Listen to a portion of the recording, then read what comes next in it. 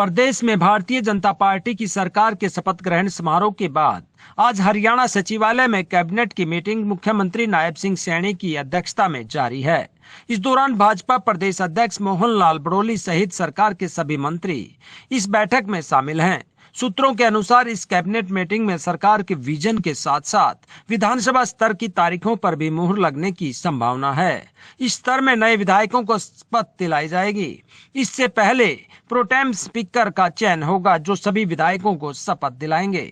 बता दें कि सबसे ज्यादा सीनियर और अनुभवी नेता को प्रोटेम स्पीकर नियुक्त किया जाता है जो विधायकों को शपथ दिलाएंगे। शपथ ग्रहण समारोह के बाद मंत्रियों को मंत्रालयों का आवंटन एक चर्चा का विषय बना हुआ है, जिसकी कुछ तस्वीर साफ होती नजर आ रही है क्योंकि मंत्रियों को कमरे अलॉट कर दिए गए हैं। सूत्रों के अनुसार कैबिनेट मंत्री अनिल विज को सचिवालय में 8वीं फ्लोर पर 32 नंबर कमरा, डॉक्टर अरविंद शर्मा को 40 नंबर कमरा 9वीं मंजिल पर आवंटन किया गया है। अन्य मंत्रियों की बात करें तो कमरा नंबर 24 में कृष्ण बेदी, तो कमरा नंबर 31 में श्रुति चौधरी, कमरा नंबर 34 में कृष्णलाल पवार का कार्यालय, कमरा नंबर 39 में राव नरबीर सिंह का कार्यालय 8वीं मंजिल पर, 47 नंबर कमरा श्याम सिंह राणा को आवंटित किया गया है, तो कमरा नंबर 43 ए रणवीर गंगवा को आवंटित किया गया है। तो वहीं आरती राव को कमरा नंबर 43 सी, तो विपुल गोयल को कमरा नंबर 14 5वीं मंजिल पर, वहीं कमरा नंबर 42 महिपाल डांडा को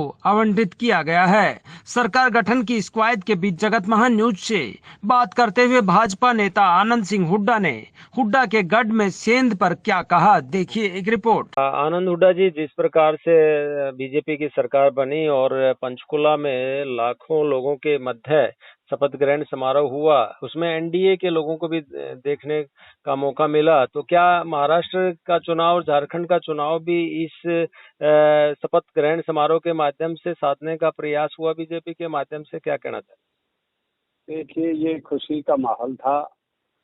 कांग्रेस मुक्त हरियाणा हुआ और कांग्रेस मुक्त भारत होने की ओर बढ़ा और इंडिया और एनडीए जी, इन दोनों को साफ सा एक संकेत गया कि अब एनडीए चलेगा और एनडीए एकजुट है। इंडिया बिखर चुका और ये नाम का इनका गठबंधन है, ना ये विधानसभा के चुनाव में हरियाणा में कहीं इंडिया नजर आया और केवल एनडीए की एक तरफा जीत हुई और देश में अब जहां जहां भी कांग्रेस नाम के, इंडिया नाम के काले धब्बे हैं, जनता उनको रिमूव करेगी और केवल एनडीए का। आप क्या मान के चलते हैं, क्या मान के चल रहे हैं कि भी जिस प्रकार से कांग्रेस का पूरा एक हवा बनाई हुई थी पूरे प्रदेश में, लेकिन उसके बावजूद उनकी इस तरीके से हार हुई, क्या कारण रहे इसके पीछे और आपकी जीत हुई? बहुत बढ़िया। कांग्रेस ने लंबे समय तक इस देश में जिस तरह का तांडव जाति के नाम पर, धर्म के नाम पर, क्षेत्र के नाम पर, मुस्लिम तुष्टि गुण की राजनीति, ईसाई तुष्टि गुण की राजनीति, परिवारवाद, भ्रष्टाचार, ये सब मचाया है। देश की जनता सब समझती है और देश की जनता ने ये पहचान लिया और धन बल के प्रयोग के कारण ये राष्ट्रीय चैनल और दूसरी तरह के लोगों को प्रभावित करके लोगों को मिसगाइड करने का काम किया। नहीं तो हम इस बार 2/3 मेजोरिटी आनी थी, परंतु कुछ ये जो बरगला पाए इसलिए थोड़ी सी सीटों में कमी रही। फिर भी पूर्ण बहुमत की सरकार, पूर्ण बहुमत से बढ़ के जो सरकार आई है, इसके लिए देश की जनता, हरियाणा की जनता धन्यवाद की पात्र है। लेकिन जिस प्रकार से आनंद हुड्डा जी मंत्रालय आवंटन किए गए हैं, उसमें दक्षिण हरियाणा को भी महत्व दिया गया है क्योंकि वहां से काफी सीटें आई हैं। जीटी रोड बेल्ट को भी ठीक है, वहां से भी 5 के करीब मंत्री बनाए गए हैं। तो आप किस तरीके से देखते हैं इस मंत्रिमंडल जो गठन किया गया है इसको? क्या सभी को सामने से बैठाया गया है?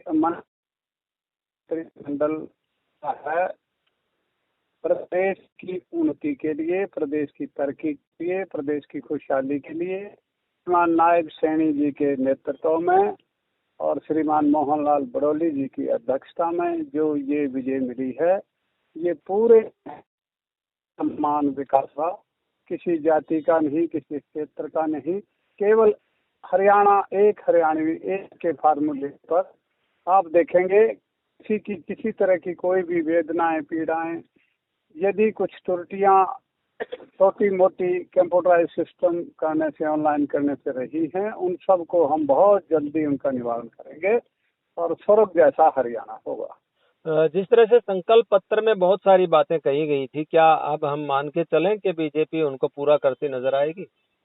भारतीय जनता पार्टी की एक परिपाटी रही है, जो बोलती है वो करती है, सच के सिवा कुछ नहीं बोलती।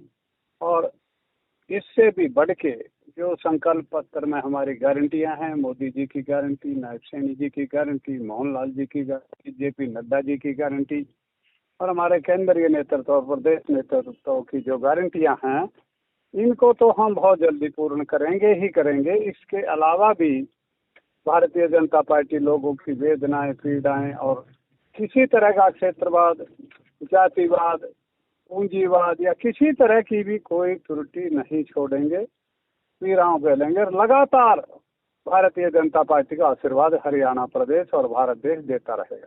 हुड्डा के गढ़ में अब की बार जो है बीजेपी सेंध लगाने में कामयाब रही। आप किस तरीके से देखते हैं? क्या मतलब आगे हुड्डा का जो जिस तरह का वजूद था, क्या आगे भी वो प्रभाव ये बिल्कुल खत्म करने में कामयाब हो पाई बीजेपी?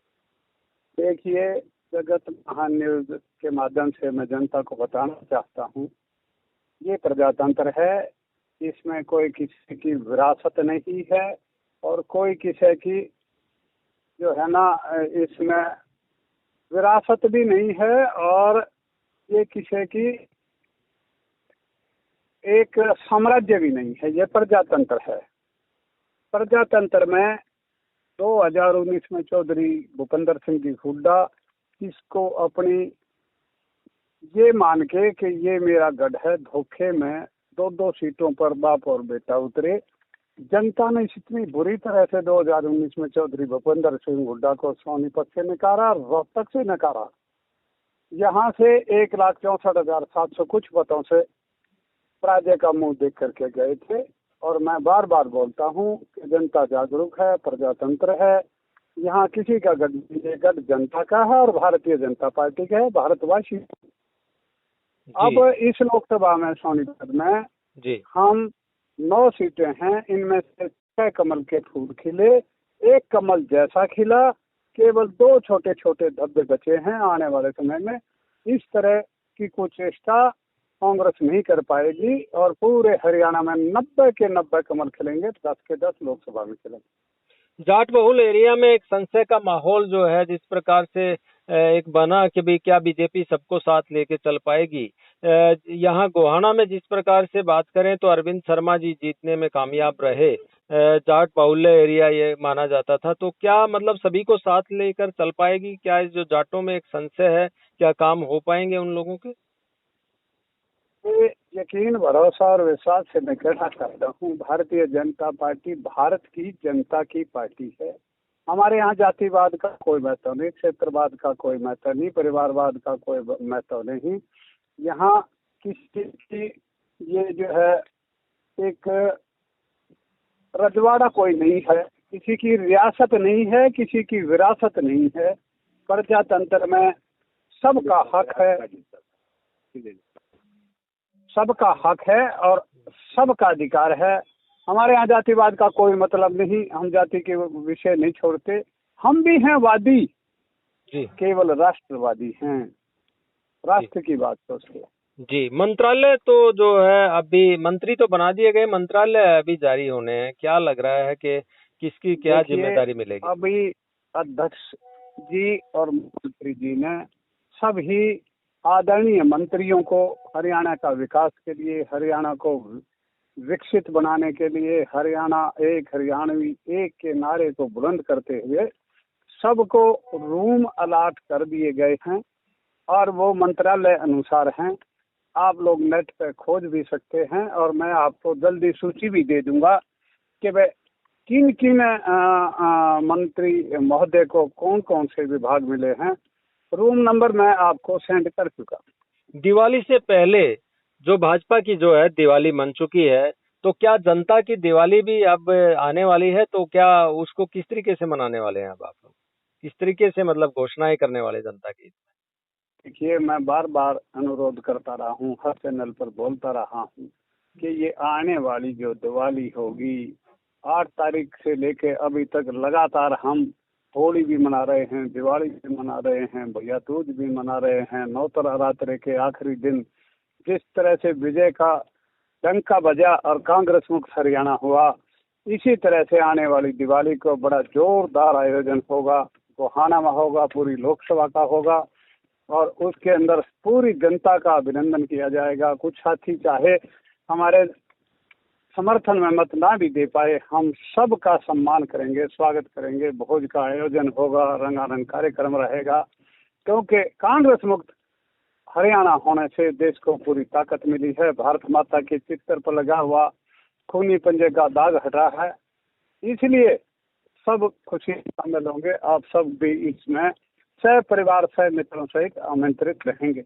जी आनंद हुड्डा जी, आपका बहुत बहुत धन्यवाद जगत न्यूज से बात करने के लिए, और उम्मीद करते हैं कि जिस तरह से आपका संकल्प पत्र था उसी अनुरूप जो है आप जनता के हितों में काम करते रहेंगे। धन्यवाद।